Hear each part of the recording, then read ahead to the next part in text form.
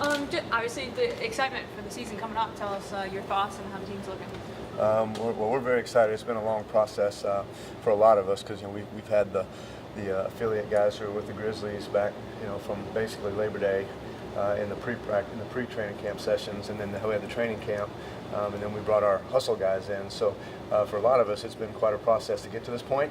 But all that's behind us, and we're finally ready to play some basketball, and we feel like we're really prepared. Having the process where we started with the Grizzlies and going to our stuff, I feel like we're ready to go play against somebody else because we're ready. What are you liking from the guys you've seen on the court so far? Very excited about our athleticism and our toughness. I think it starts from when I was first asked about what my vision was for our team was we're going to try to be a true minor league team to the Grizzlies, and obviously the Grizzlies have talked a lot about grit and grind, and I feel like we have a roster makeup that kind of fits in that mold.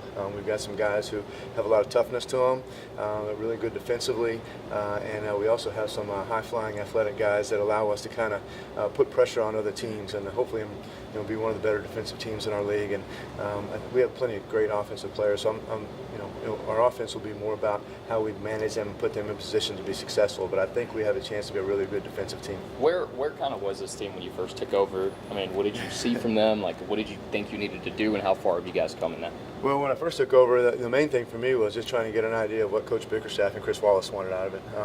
And then as you start to get, feel and find your players and see how your roster is going to look, we only have one returning player in Dusty Hannon. So we have a whole lot of newness, but at the same time, like I mentioned earlier, we've got guys who are with the Grizzlies in training camp, and then so we have a little bit of a togetherness and a background of what's going on. We have 7 guys that have been together for now 6 weeks. So I think that's a huge advantage for us. But it's going to be interesting once we get to start to play against other people without having a preseason game. We still don't know. We've tried to scrimmage a lot and put our guys in different situations, but we haven't played against somebody in another color jersey yet. So it'll be a process. And we will definitely probably look a lot different as a team and after this upcoming first road trip as we do right now. But it's also be a growing process for us to learn and to figure out who we are. Talking of the newness, obviously first-year coach, what challenges does that bring? Well, it's with any team in the G League. I mean, I'm sure that I don't know the exact numbers, but most G League teams don't have 6 or 7 guys returning back, like the Grizzlies have or the NBA teams have.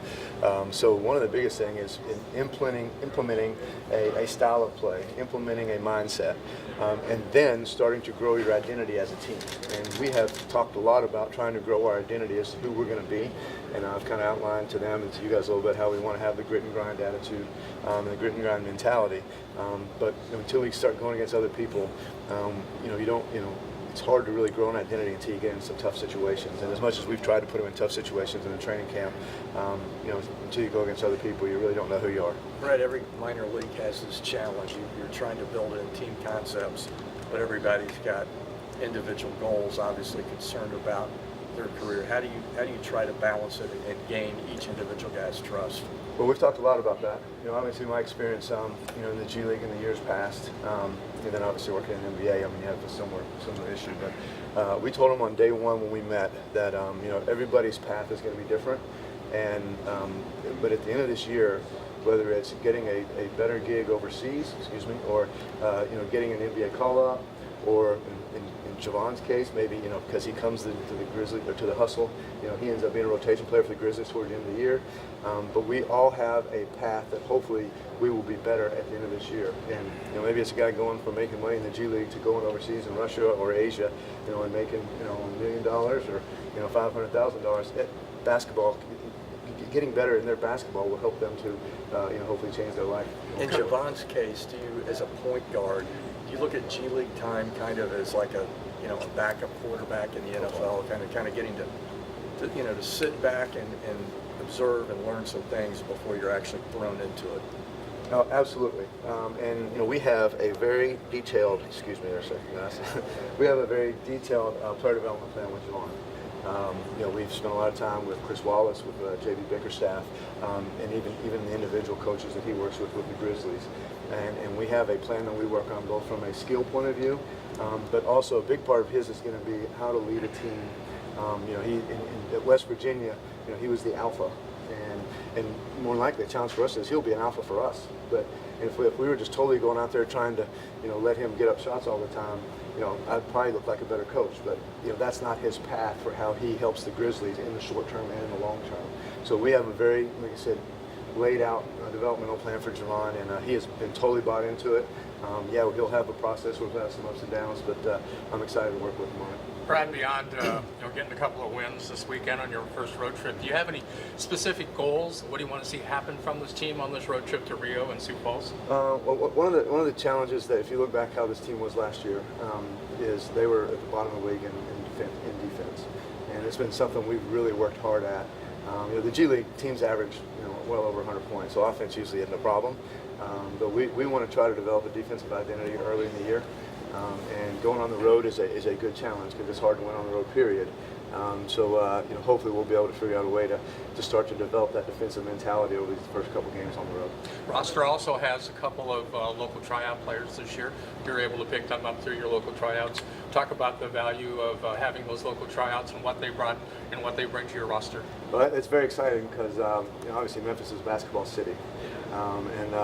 Being able to have guys from Memphis on your roster is very exciting. I walk around town and people say, "Hey, Markel Crawford, I can't wait to see him play." I saw him at Memphis, I saw him at Ole Miss, and things like that are exciting. And we're going to try to put Markel and those guys in position to go out and be successful, and hopefully give fans something to go say, "Hey, I saw him play." When he was in high school, I saw him play in college, and now I'm getting to see him play professionally, and hopefully we'll have a great path for Markel. Is his niche something that you're trying to figure out that maybe isn't completely known at this point? Meaning what his niche would be at the NBA level? Well, I think most of the guys on our team are that. Markel has the ability to be a really good defensive player, but he also has unique ability to create his own shot, and not everybody has the ability to create their own shot. So now, will he be able to do that in the NBA right away? No. So he's going to have to show he's able to find that NBA skill, which in my mind I think is being a defensive wing stopper, so that he can get a look at the NBA. DJ, kind of almost the same thing, isn't it? That's our definite pattern with player development pattern with him is, and we've talked to DJ a lot about this, about his versatility of he's got to be able to guard multiple positions, and then he's got to be able to sustain his spot up three. Everybody knows he is probably the most elite jumper in the G League. He probably would be one of the most elite jumpers in the NBA, when he's on an NBA roster. But our developmental plan for him is more of the being able to guard anywhere from a 1 to a 4, and then being able to consistently make that spot up three-pointer, because his path to the Grizzlies / any other NBA team we feel like is that way. Over the offseason, you saw the Grizzlies go after high-character defensive and quality locker room guys. Was that similar to y'all's mindset when they were building the hustle roster? Absolutely. Once again, a lot of it was already in place with the affiliate guys we have, and the Brandon Goodwins, and the Markel Crawfords, and Yuta Watanabe is our two-way player. He's a unique defensive player himself. He was in his league last year. He was Defensive Player of the Year. So we, as I mentioned earlier, we hope to have a defensive mentality this year, and just kind of let the offense take care of itself, because it will in the G League. Darrell Moore, I know at the scrimmage the other day, he was cleaning up inside. How big of a presence is he going to be for you guys? Have you seen his game develop? Well, our goal for him is he is the best rim protector in the G League. We have talked to him about that. He has worked really hard at that. We have worked on, in his developmental plan, on how he is not just a shot blocker, but a rim protector. And there's not many of those in the G League. And as we talk about how you take your next step to whatever job it may be, whether it's in the NBA or overseas, there are not many rim protectors in the G League. So our goal for Darrell would be for him to be the number one, or obviously a top rim protector in the league, and then to be a little bit in the Rudy Gobert mode of being one of the best rollers in the league, because as you guys have seen, he's very long, and all our guards have to do if he's rolling hard is just throw the ball up and he'll get it and dunk it. We haven't seen much of Ismail Kane. Sorry, I can't. Anyways, we haven't seen much of him. So what does he bring to y'all's team? He is our developmental kind of roster guy that is young. He played junior college last year. He went through the national tryout, and then we saw him there and kind of thought, the guy's got some athleticism. He's got a little bit of skill. So he's kind of our home run swing. Because not many guys go from playing at Atlanta Metro Junior College to playing in the G League. But unfortunately, he's dealing with an injury right now, so he hasn't been on the court in about a week. But our goal is very much long-term with him. You know, his plan is, you know, probably not, you know, to see the results on him in the first month, but, you know, hopefully in the last month of the season, you'll see hopefully him grow to become a, you know, a good player for us.